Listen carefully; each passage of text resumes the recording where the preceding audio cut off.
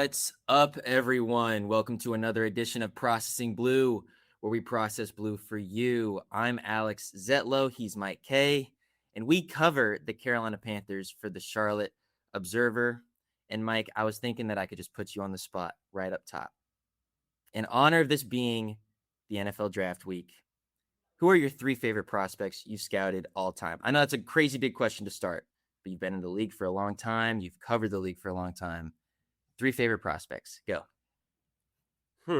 Well, two of them are before I was even a beat writer. Two of them were back when I was a draft writer. I would say DeBrickashaw Ferguson, because that was the first draft that I really honed in on and wrote about. He obviously went to the Jets, was a career left tackle, blindside blocker.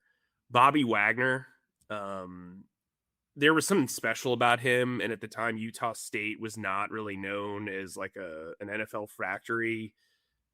Turns out he's my biggest success story of a like I was literally all about Bobby Wagner, all about him. Ended up going in the second round to Seattle. He's still playing somehow. He's kind of like the second iteration of Thomas Davis, where he plays for 100 years. Picks up all these tackles. Incredible player. And then third would be Jason Verrett, who was coming out of TCU, an undersized corner. And if you notice kind of a correlation, I fall for undersized corners who are scrappy. Chandler Rivers, for instance, is a guy that reminds me actually a lot of Verrett. Like, Verrett had really bad injury issues throughout his career, but had he stayed healthy, I mean, he might have been the best sub 6 foot corner of his era. Like, there was no reason why he couldn't be Brandon Flowers, if not better. Didn't kind of work out, got injured a lot with the Chargers, then went to the 49ers, kind of left the league without anybody noticing. But I maintain that if he would have stayed healthy, because like every time he was healthy, he balled. Like, he straight up balled out. But yeah, those would probably be the three off the top of my head. It's pretty good. Yeah, I mean, I've had some major misses. Hey, bro, we ain't got to dwell on those. I would throw out another guy who actually didn't end up being very good, but was one of my favorite. Jeremiah Itachu, also went to the Chargers. Kind of bounced around the league, was not as good as I thought he'd be. Well, we're not dwelling. Hey, Mike, we're not dwelling on the misses this podcast because we haven't missed this podcast. Because the NFL draft, exactly. The NFL draft is still a couple days away. We have a pretty packed show for you today. As you might imagine, we're going to talk all things NFL draft, considering the draft begins on Thursday at 8 p.m. and runs through Saturday. We'll also go over Mike's final mock draft, and we'll hash that out, which is dropping, actually just dropped on Wednesday. We're recording this on Tuesday. It just dropped on Wednesday morning for y'all to go check out. And we'll also discuss what the Panthers will do with the number 19 pick, which is what we're all here to talk about today. In between, we'll also have what I considered a really good interview with tight end prospect Eli Stowers. He has a really cool story and very well could land in Carolina if the dominoes fall into place. But before all of that, Mike, you wrote a story earlier this week that I kind of want to talk about. It gave us an inside look as to how the Panthers, quote unquote, set the table for the draft. In other words, you talked to General Manager Dan Morgan, Executive Vice President of Football Operations Brant Tillis, and discussed with them why they did what they did in free agency, what they're looking for in prospects for later this week. And I was hoping we could just spend some time on that. And how about we just open the conversation with this? Can you first start by explaining why you wanted to do this story in the first place? Yeah, I've said on the podcast before, the off season is really where I feel like we differentiate our coverage here. And it's something that I obviously have a lot of interest in, the salary cap, roster management, all that type of stuff. So I like knowing the why of everything, because I think it sets the table for what's to come. And I think before you can attack the draft, you have to understand the process of what you're trying to accomplish in free agency, and that leans into it. in the NBA, the process is different. In MLB, the process is different. But like in the NFL, when you're talking to these people that are making these multi-million dollar decisions, particularly one with Jalen Phillips, you want to know why they did what they did. And I think Dan Morgan and Brad Tillis both showed a measurable amount of self-awareness early on in that story, in acknowledging that they had to look at their hits and misses of the past to kind of improve. I think that speaks to the confidence and the rhythm that they have as a duo. I also think it was really noteworthy that they re-signed a dozen players on mostly one-year deals to have some known depth. I wanted to kind of get into that a little bit with them and understand their process there. But also, the headliners, Devin Lloyd and Jalen Phillips, are big contracts that they're hoping will work out. Why did they do what they did? And you can give all these canned answers in press conferences, but when you're sitting with a reporter one-on-one, typically you open up. And I think you'll see that in this story about their logic with Lloyd and Phillips. But I also kind of wanted to shine a light on somebody who behind the scenes is doing a lot of work in Justin Davidoff. I forgot his official title, but he's a coordinator within Grant Tillis's office. He works with negotiations. He handles a ton of stuff, and I wanted to give him the floor of understanding what his job was and why this ultimately sets them up in the draft to go BPA if they wanted to, whatever that means to whomever, because it has so many different definitions and there's so many different boards to consider BPA. One person's best available player will not be another's. Mm-hmm. So I just wanted to get the understanding in the off season. We've done stories like this whenever I've gone to the owners' meetings, and typically they've opened up some information pockets that I think are important for the discussion moving forward. But also, when you go back and look at them in 2027, you'll understand kind of some of their processes and as well as their quirks. Yeah, no, it's great for the Panthers record, so to speak, like their general, how you kind of see how they evolve over seasons, and you can always go back. I've definitely gone back and read some of your stories from a season or 2 seasons ago just to see how we got here. That is football administration coordinator Justin Davidoff, by the way.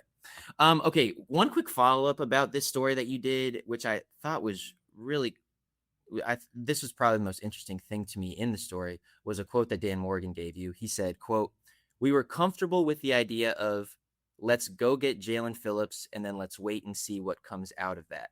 That's a little different than what we were doing last year, which was, quote, what can we give Milton and Trey Merrig and still be solvent?" Oh, excuse me. That was from Brant Tillis, not Dan Morgan. Still, the quote is still pretty compelling. Why do you think they changed their frame of thinking in this way this year, Mike? And do you think it'll ultimately be effective? Well, Brant told me explicitly that last year's free agent stuff with Milton Williams had nothing to do with this class as far as, overextending and overpaying. He also was pretty adamant that they did not have an agreement with Milton Williams whatsoever. And he's been adamant about that pretty consistently since that happened. So is Dan. I think the process was different in that they know that they are a few players away as opposed to being a team that is trying to ascend, right? They got to the playoffs. They won the division. The expectations are higher and the needs are a little bit more fine-tuned. And I think they felt that with Jalen Phillips, we've talked about it on the show before, he's kind of the perfect fit. There are about like 10 players like him in the league where you can be an edge rusher who can be in space, who can be in coverage, who can create pressure, who can do pretty much anything you ask them to do, be a jack of all trades at that pass rusher position. And he's what I would call a force multiplier. Not only can he make an impact, but he can make an impact for others. And right. I think if he stays healthy for 15 to 17 games, I think Nick Gordon's going to have a massive sack here. Obviously, this can't be the Processing Blue podcast without mentioning Nick Scorton. I'm glad we did. But I think they thought that if they were going to get a game changer at edge, that it was worth the money. Again, I do still think they overpaid a little bit based on the injury history and the production, but they went for it. And that's something that a lot of fans want. That's what a lot of analysts preach. And they went for it. And I think once they were able to let the market reset, they knew they wanted a playmaking inside linebacker. And that's when they pounced on Lloyd. Unlike the year before, where the plan was Trayvon Merrick's the guy, Milton Williams the guy. Let's go see what we can do from the standpoint of getting both of them in-house. But Merrick was their top target, mainly because he plays a position that doesn't cost as much as defensive tackle. And he was a guy that was attainable. Milton Williams, it was always going to be a dogfight in negotiations. That's just what it was. He was coming off an incredible Super Bowl appearance, a career year, was doing all this stuff. Merrick was a little bit more under the radar and more of a traits guy and a specific scheme fit. So I think that's the difference. Like, Phillips was clearly what they wanted. And look, we've said this on the podcast before. This was a surprise to me. And I believe it was a surprise to you because everything I was hearing out of Philly, everything I was hearing around the league was Phillips was going back to Philly. And the Panthers just came in over to the top, made a great offer, and there it was. Yeah.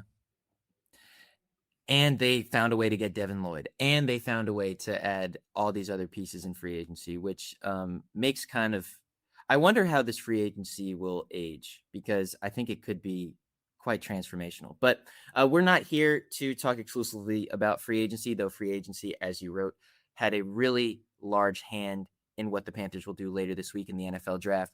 Let's talk about the draft.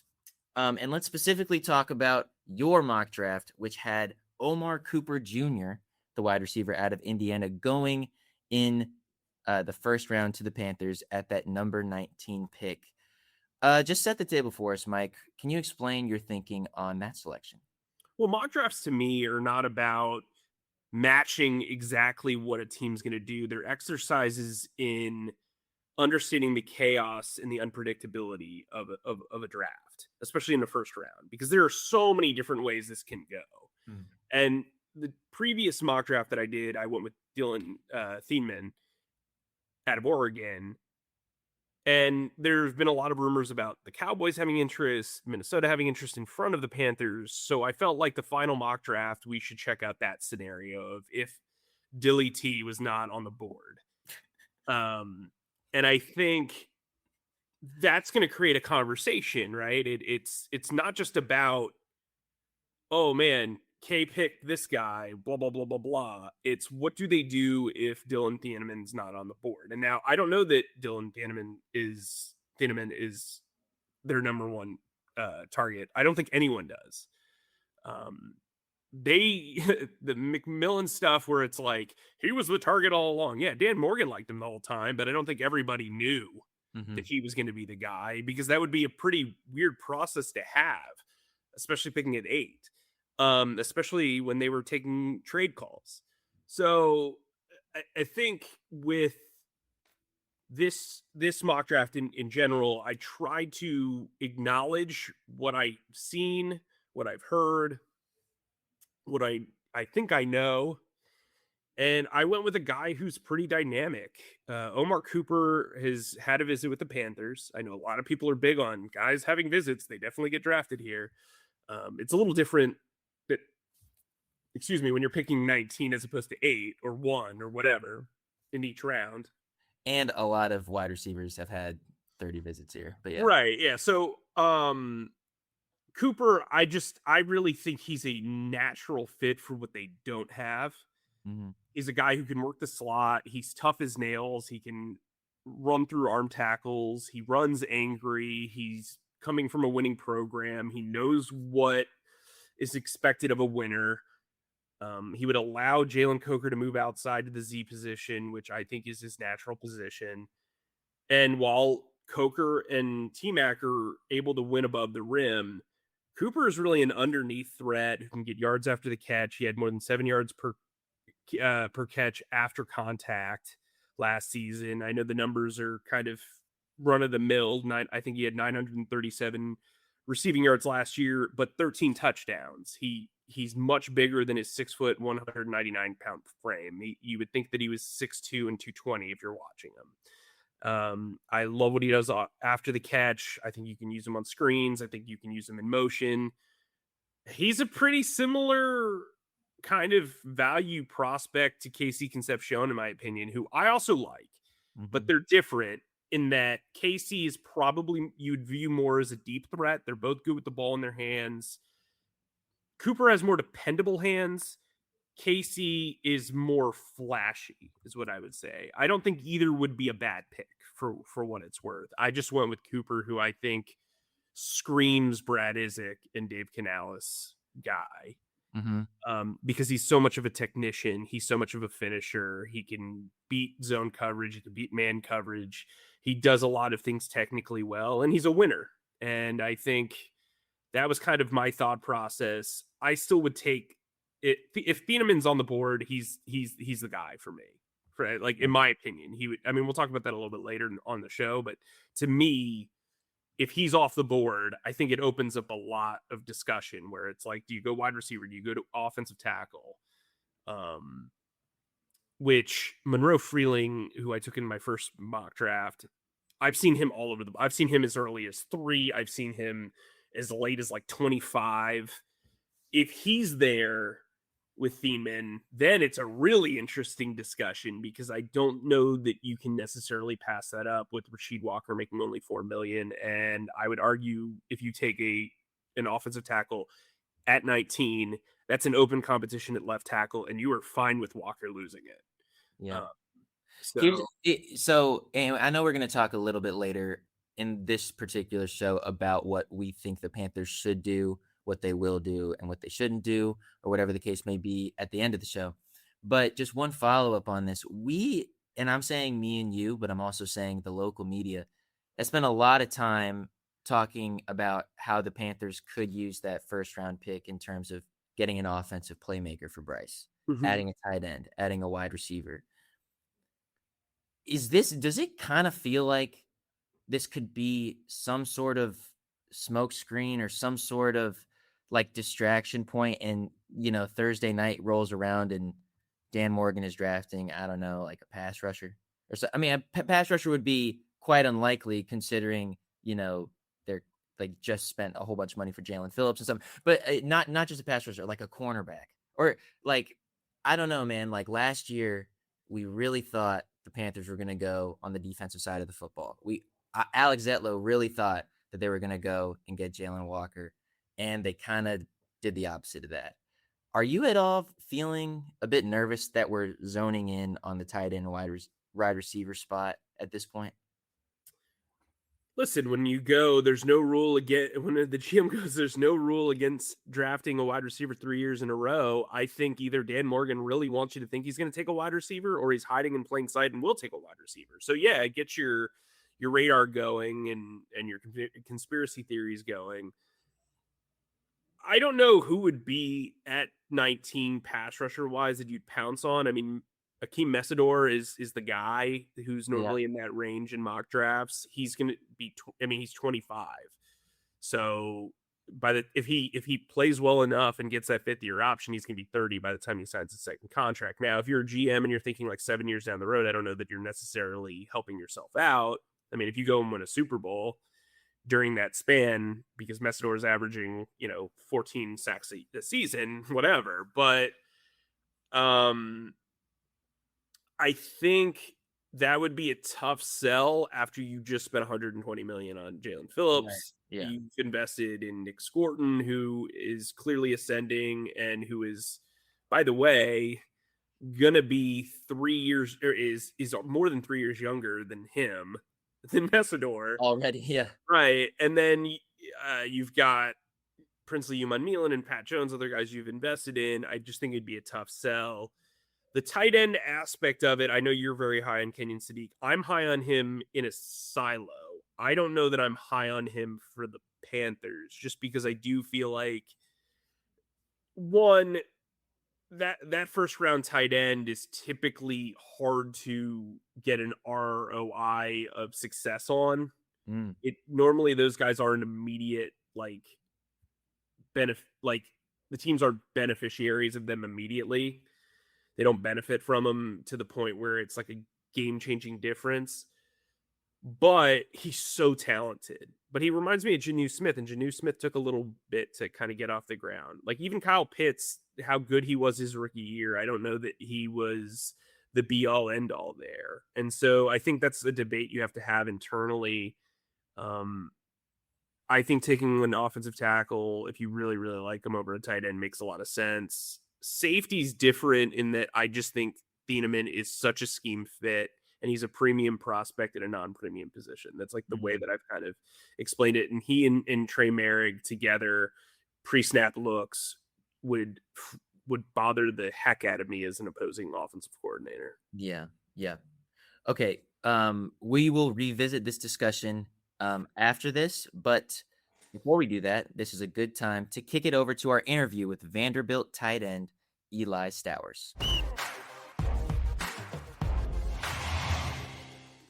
And we're joined by Vanderbilt tight end Eli Stowers, who is a few days away from living out a pretty big dream of his. Eli, how are you doing? How have the last 3 or 4 months been?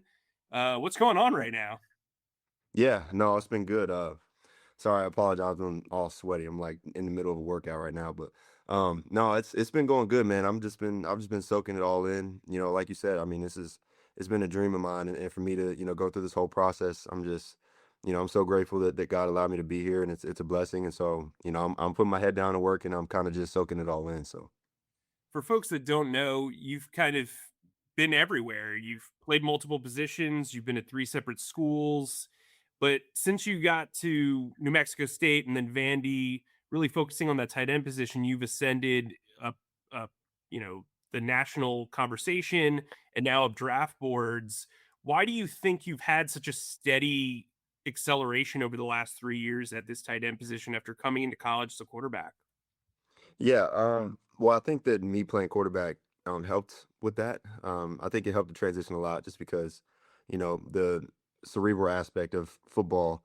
I mean, that's all quarterback is. It's all mental. And so, me kind of understanding the game and that from that point of view, understanding what everybody on the offense does with it, how defenses work, how defensive structure works, all that kind of stuff. It helped the transition a lot just mentally. And then from that point, it was just I'm a good athlete, and so some things came natural, but everything to the tight end position, all the techniques, all the in the blocking game, the route game, catching ball, everything. It's all I have to just hone in on my technique, continue to get better with every single aspect of my game since I'm so new to the position. So. And I wanted to ask more about your background as a quarterback. You honestly have a pretty interesting and inspiring story when it comes to how you were recruited out of high school as a quarterback, landed at New Mexico State, where you linked up with Diego Pavia. You were actually in a quarterback competition with him for a while Mhm. before he became who he is at Vanderbilt. And you two obviously built something really special at Vanderbilt this past year. What was it like competing against Diego at New Mexico State for that starting quarterback job? Yeah, I mean, everything that you see about him as like a competitor and how much he loves the game, he's always been that way. I mean, when he was in New Mexico State, you know, he wherever he goes, he wins. And so, he started out at JUCO, won a national championship there, went to New Mexico State, we won 10 games, beat a Power Five team, went to Vandy, we ended up almost making the playoffs. And he just wins at places that, historically haven't won. And I think that it's just a testament to like how much of a competitor he is, how much he loves football, how good of a leader he is. I mean, like you said, when I got to New Mexico State, I was thinking that I was going to compete with him for the starting quarterback position, and I was going there to start, and so I learned pretty quick that he wasn't going to make that very easy. Like he's going to in every single aspect of life, like not even on the football field, he's going to compete with whoever he has to compete against to try to win, and so it was good. It taught me a lot about myself as well, just being around him. So. Well, what did it teach you about yourself? And then how did it perhaps make the move to tight end a bit easier, knowing how good your quarterback was going to be? Yeah, I think he kind of taught me like just the work ethic that I think I hadn't been completely instilled in me. Like I grew up, I was a coach's kid. I knew how to work. But when I met Diego, I was like, man, this guy's on like a whole nother level of like putting his head down and working and grinding. And, then any free time he had, he was up at the facility doing something to get better. And I think that he taught me that in a sense, like when I moved to tight end, I knew that what it was going to have to take for me to be successful at the position. And so, I just kind of took after him and started putting my head down and working. And thankfully, the work ended up paying off for me in the end. But and then I think like you said, just knowing that I had a quarterback that was going to go out and compete and put us in the best play. He's super smart. He understands the game. He knows how to put the ball in the right place. I just have to be in the right spot, and he'll get it to me. And so I think it definitely helped the transition, especially with us having chemistry and being in the quarterback room, hearing the same stuff from our coach and everything. So Well, and not to belabor this point, but your chemistry together was extremely successful. Typically, with shorter quarterbacks, they have trouble throwing to the middle of the field. It just kind of seemed like you guys were in sync and just watching the film. Why do you think you guys were able to connect with having maybe a shorter quarterback, but also a guy who is learning on the fly at tight end? yeah, I think that Diego, his height doesn't matter because of how good of a player he is. Like and I don't know if y'all saw like the little Gruden thing that he did. He's smart. He's super smart, and I don't think people really understand that. Like, so sometimes he doesn't even have to see where he's throwing the ball. Because I just have to be in the right spot, and that's me kind of being a former quarterback. Like, if I'm running my route at the right depth in the right spot, being there at the right time, Diego can throw it to a spot, and I'm going to be there. And so I think that's what, it just kind of helped us have that chemistry because we have that same kind of mental background. And so, if I'm over the middle, he don't even got to see me a lot of the time. Sometimes I can't see him. I just know that, I'm going to go somewhere in the middle of the field. I need to be in the right spot. He's going to let the ball go where it should be. And, I should be there. So. Another guy you seem to have a lot of chemistry with is former Panthers tight end Jordan Matthews, who was working as a coach with you at Vanderbilt this year.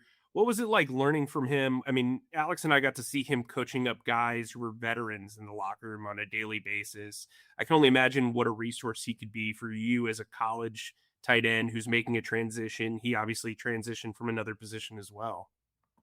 Yeah, I mean, he was a blessing to our whole program. He just having somebody that kind of had a career that was like he went through a lot during his NFL career. He experienced a lot of success. He experienced some downs, and having somebody that kind of just learn how to deal with that adversity, start taking care of himself, taking care of his body, dealing with whatever team he was going to be on, whatever his role was going to be. You don't stay in the league for 10 years for no reason. And so I think that, when he was able to come to our program and teach us, what the work took, how much we should be pouring into our body, how much we should be listening to our coaches, how much we should be focusing on what we do in college because of how it can set us up for the next level. I mean, he taught us so much, and he helped the tight ends a lot, especially in the receivers. Because he played receiver in college and in the league, and then he also transitioned to tight end, and so he had both of those kind of point of views, and so he was especially helpful in that sense. Eli, we're talking a lot about multiple positions in this interview, and which is interesting and fitting because a lot of NFL teams are reportedly evaluating you as a wide receiver as well as a tight end. I'm just curious, what do you think about all that? Is that a big deal to you at all? Would you welcome playing a wide receiver as a pro? Can you just kind of tell me how you kind of absorb that?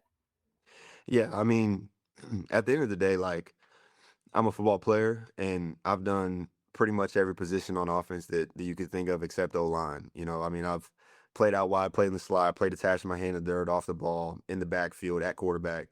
I've literally played every position on the offense. And so, if any team wants to use me wherever, I'm a football player. I'm gonna just, I understand the game and I'm able to learn. And so, I'm open to playing whatever. But I think that it shouldn't be like, um, taken away. Like I hear a lot of stuff about my blocking and stuff playing tight end, and I think that like the strides that I've taken in the past couple years in blocking, like if you go watch the film, you can tell that, one, that I certainly have the will, but two, that I'm getting a lot better as well. And that I put some good blocking tape on film this past year, especially. And so, like I said, I feel like I have the ability to play whatever, and I would love to play tight end. I'd love to play receiver. I'd love to play whatever a team wants me to do. I just want to help the team win. So. I mean, there are a lot of examples, though, of guys who are primarily receiving threats. Zach Ertz, you brought up Jordan Matthews, that have careers that are primarily receiver first and, winning on Y options and slant routes and post routes. What is your favorite route to run, and why do you think that fits your game so much? Well, you actually said it. It's the Y option route. Whether it's at off the ball and for a little 5 yard option route, or even we ran a lot of the 10 yard option routes at Vandy. I think it helps me, because I still kind of see the game in the perspective of a quarterback, and I think that the option route is good for me because it's so cerebral. Like you're reading the guy's leverage, you're reading what a defense is doing. Are they in zone? Are they in man? What leverage are they in? Where's the hole if it is in zone? What zone are they in? So like you're reading all that on the fly, and that's why I like that. I like that route because I think that I've kind of understand it in that sense, and I have the athleticism and the ability to separate if they're in man coverage or anything like that. So. We obviously cover the Panthers. What's been their level of interest throughout the offseason? You've been mocked, including by me in my first mock draft, to this team. What do you know about Carolina? What type of conversations have you had, if any? And has Jordan told you anything about Charlotte or that locker room? Yeah, I mean, just like Carolina is a team that is, on the come up and they're on the rise, and everything that they're doing is they're continuing to get better. They have a young team on offense, and they're building a lot, around the new stars and newcomers that are starting to get better. And I would love to play there. I've talked to the Panthers a couple times. Jordan has told me a lot about it. He loved his time there. With me and the tight end coach and Coach McPherson and Jordan, they've all talked about like how they used to banter and stuff, just so they love each other. And so I mean, I would love to play there, man. It'd be a blessing. Eli, I wanted to ask about the combine. I know it was a while ago at this point, but your numbers were pretty remarkable. 4.51 40-yard dash, 45.5 vertical jump, which is the best among tight ends in combine history. I think it's second most all time in any position in the combine. And one guy that you kind of, for better or worse, always get compared to is Kenyon Sadiq, another really good tight end prospect in this draft. When you were at the combine, were you, checking in on Sadiq's numbers or Kenyon's numbers to see, oh, wow, okay, this is how fast he ran. Oh, this is how high he jumped.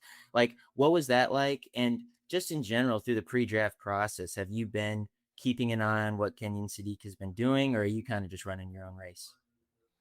Yeah, I mean, at the end of the day, like I'm running my own race, but me and Kenyon trained together out in Phoenix at Exos, and so I knew he was gonna do some crazy stuff.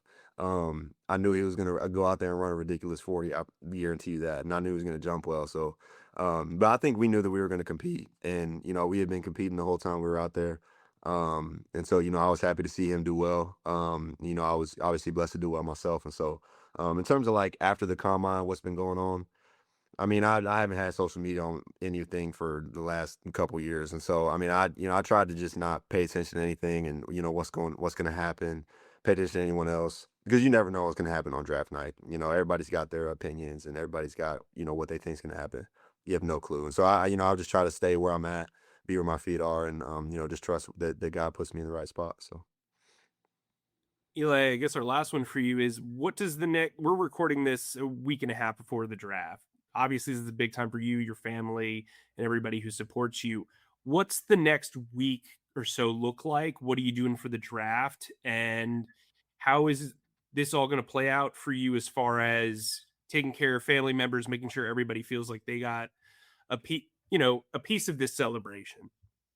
Yeah. I mean, I got one more visit with the Broncos. I'm actually leaving to go there tonight, and then after that, I'm just gonna be training. I'm staying around this area where I'm from, and we're gonna do something here. Just be with my family members, be my close friends, like it's a dream come true just to be in this position in itself. And then, whatever happens on draft night will be a dream come true as well. It's a blessing, man. And so, if I can share that with people I love, it'd be amazing. And, I really look forward to that. So. Well, Eli, thanks for joining us. We wish you luck in the rest of this process. Maybe we'll be seeing you soon. Yes, sir. I appreciate y'all. Yeah. Thanks, Eli.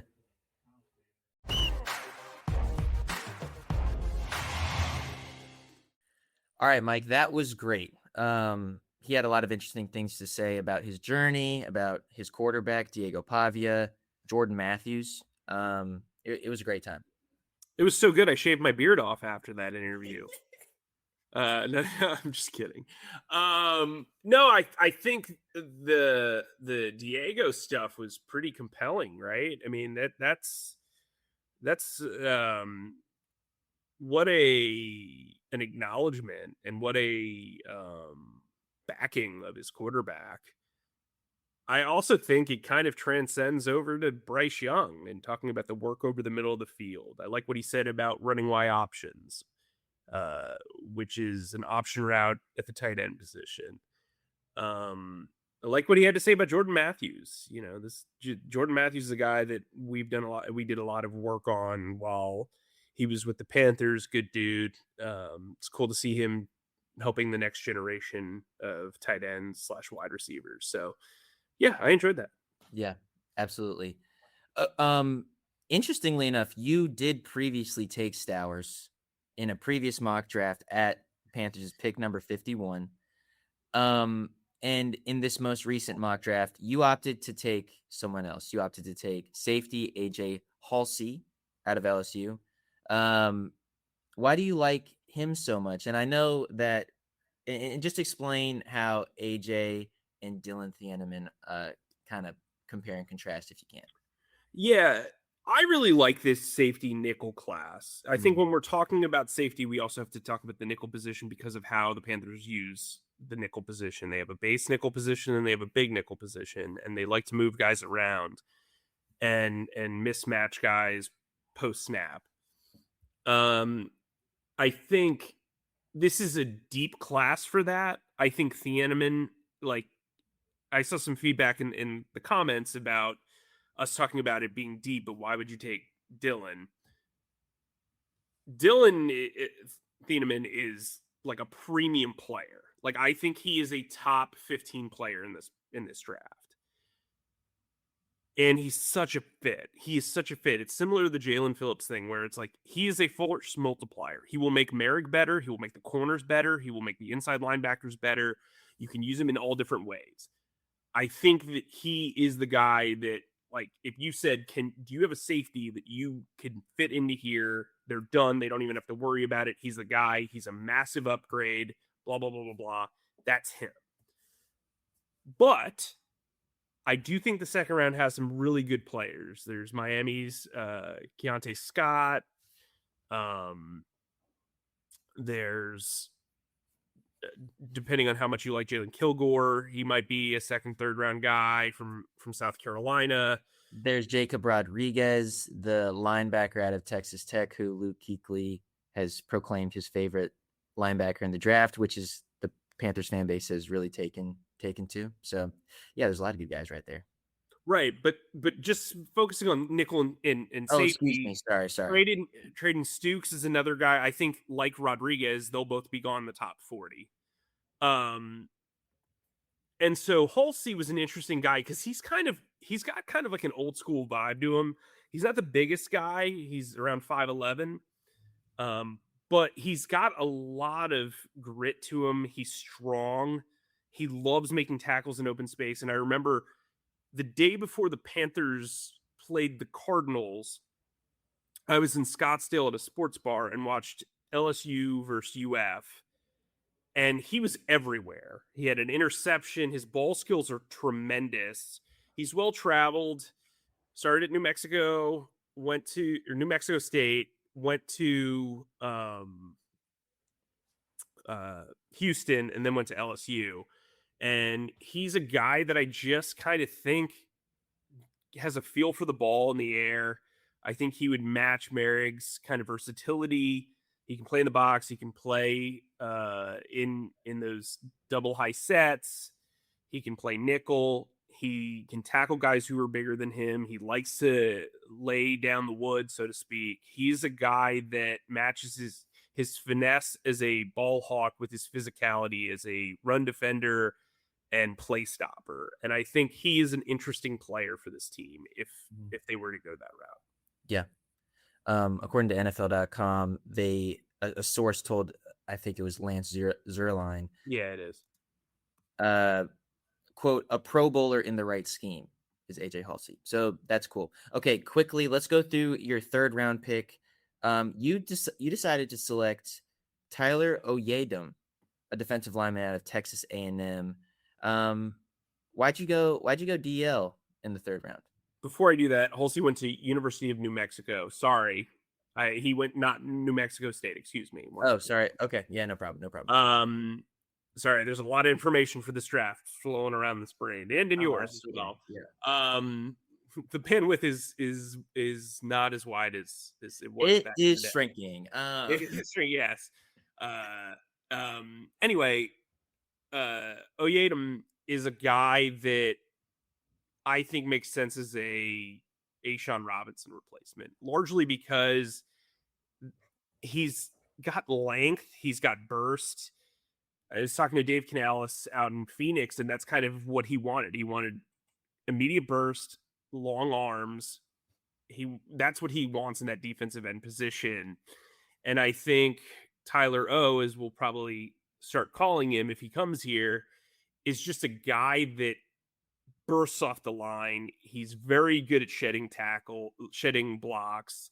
He can get upfield. I think he's a guy that's a really nice complement to Turk Wharton from a run defensive standpoint. At times, it felt like teams were just running at Turk Wharton when he was playing, 50 snaps a game. If you can cut down his workload and move in this kid, I just think it makes a ton of sense.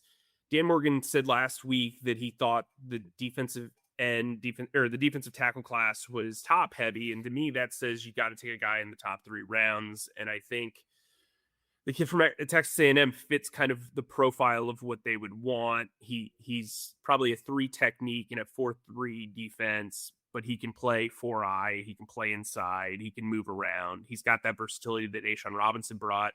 And you're drafting him at a point where you don't have to kind of bench Bobby Brown or Turk Wharton to satisfy his draft pedigree. He can kind of work his way in as the 4th defensive tackle or defensive end, what have you.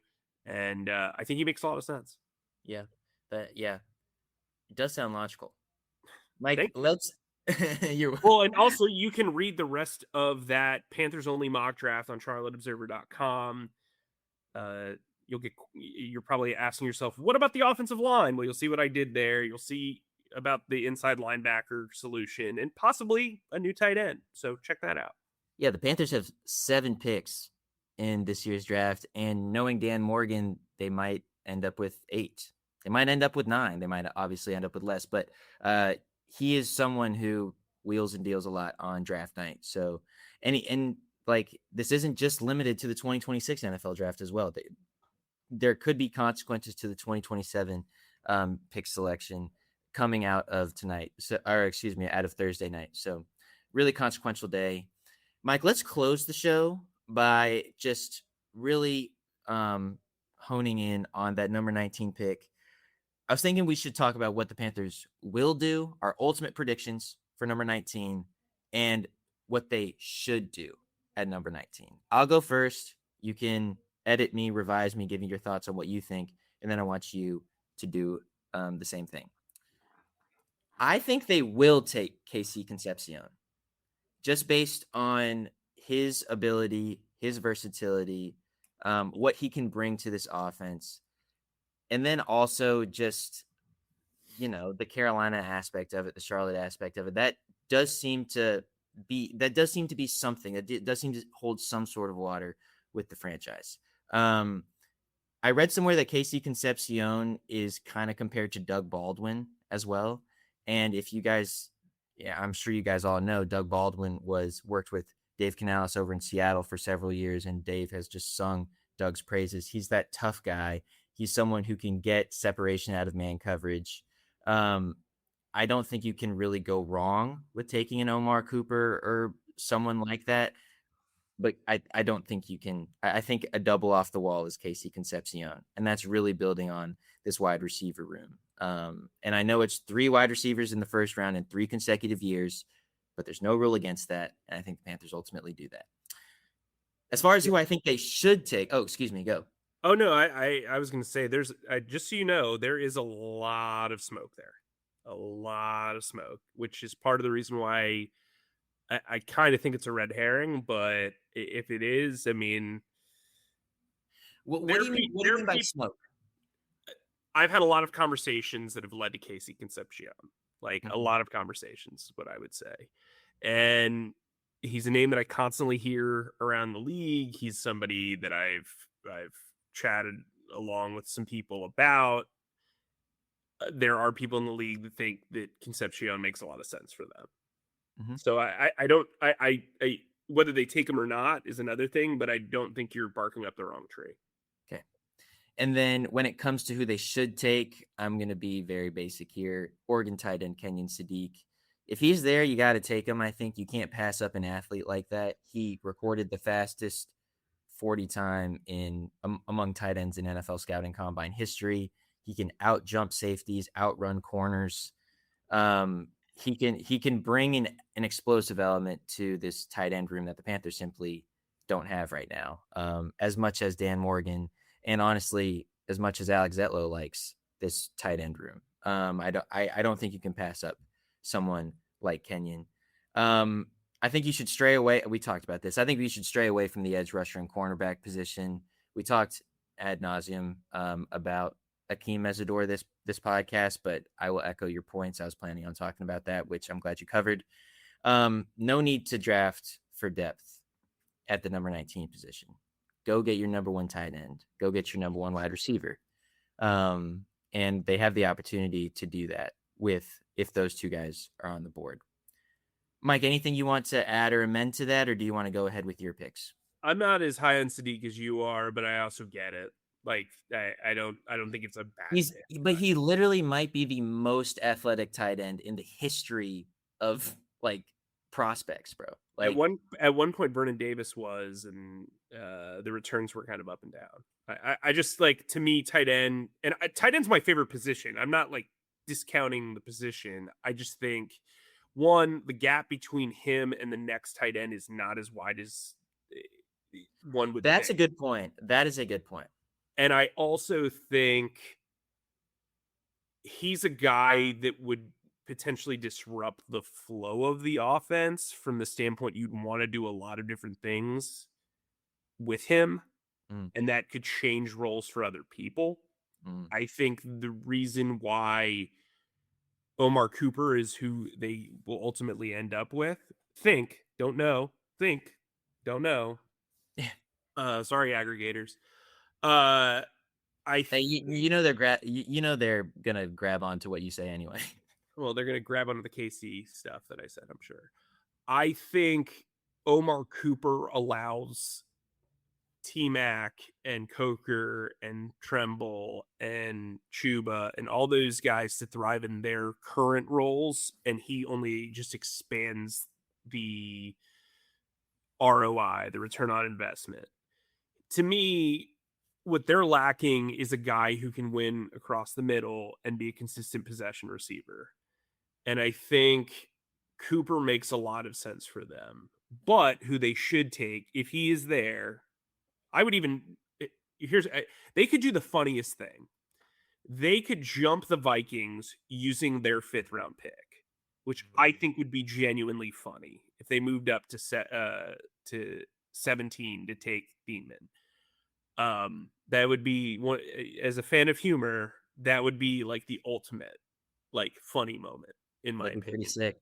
Not many people are predicting the Panthers to move up in the first round of this draft, but that'd be pretty interesting. I don't think they want to give away 2027 picks. So I'm less inclined to think they would, but Thiemann to me is the guy that they should take. I think he is an ultimate just plug and play. You can move on. You talked about doubles off the wall, as Daniel Jeremiah told us. doubles off the wall. I think he's a triple. I really do. I think he is a guy who can change the face of this defense. Remember, as I said earlier, Merrick was their top target in free agency last year. How can you make Merrick better, but also the guy you signed a multi-year contract extension with, J.C. Horn, the guy you just signed for $41.9 million, Devin Lloyd, better? Similar to thinking, hey, how can you make Nick Scorton, Derek Brown, Turk Wharton, Bobby Brown better? Well, you put another guy on the outside of the edge who can do a ton of different things. Thiemann, to me, I think he could be this year's McMillan. I really do, from like the standpoint of being a game changer. I'm very, very high on him. Wow. Pretty powerful stuff. All right, Mike, that's pretty comprehensive. I'm sure we're closing in on an hour or so at this point. Hey, listen, it's a draft special. Hey, it is a draft special. Hey, I'm cool with it, bro. I'm cool with it. I'm just saying it's comprehensive. Anything else before we get on out of here? As Alex mentioned, I wrote about the front office and their outlook to the offseason. Check that out on charlotteobserver.com. Alex did a really great job compiling 3 options for each position that the Panthers might look at in the draft. Check that out on charlotteobserver.com. Columnist Scott Fowler also wrote about his plan. And then Thursday, we offer up our annual predictions on the Panthers draft. That'll be from Scott, Alex, and myself. And by the way, now's the time to sign up for the Access Panthers newsletter. We've got a straight up guide that's coming to your inbox on Thursday morning, so you can be prepared for all conversations with your buddies via text and via DMs about the draft before the first pick is in. And we will have comprehensive coverage of this draft weekend, from features to news nuggets to analysis. We'll do my annual grading of the draft on Sunday that typically is among our most thorough analysis columns of the year. We're excited about this. Come chill along with us on day 3. If you're out and you're hanging out with your family and whatever, we will have a live tracker straight up for you where you can come back and get our thoughts. You can get all the information. Alex and I are going to be just crunching the numbers, analyzing the picks, maybe telling a couple of jokes from mid-90s TV and movies that Alex doesn't understand. I don't. It's going to be great. It's going to be great. We are excited to be here for you guys because we are here for you to process blue. Boom. Dude, Charlotte Observer's new tagline. Charlotte Observer, come chill with us. Yeah, come chill with us. Come on, man. Just bring the whole gang. Thanks, as always, for listening to our pontifications on all things Panthers with Mike Kaye and myself and our wonderful producer, Emily Broyles. Please subscribe and follow us on Spotify, Apple Podcasts, or wherever you get your podcasts by searching Processing Blue. And if you watch us on YouTube, please subscribe to our YouTube channel and click on the bell icon to get notified whenever new episodes drop. And finally, please be sure to stick to charlotteobserver.com for all of your Panthers needs, including your NFL draft needs. Mike, stay humble, stay creative, and keep processing. Emily, that's a wrap.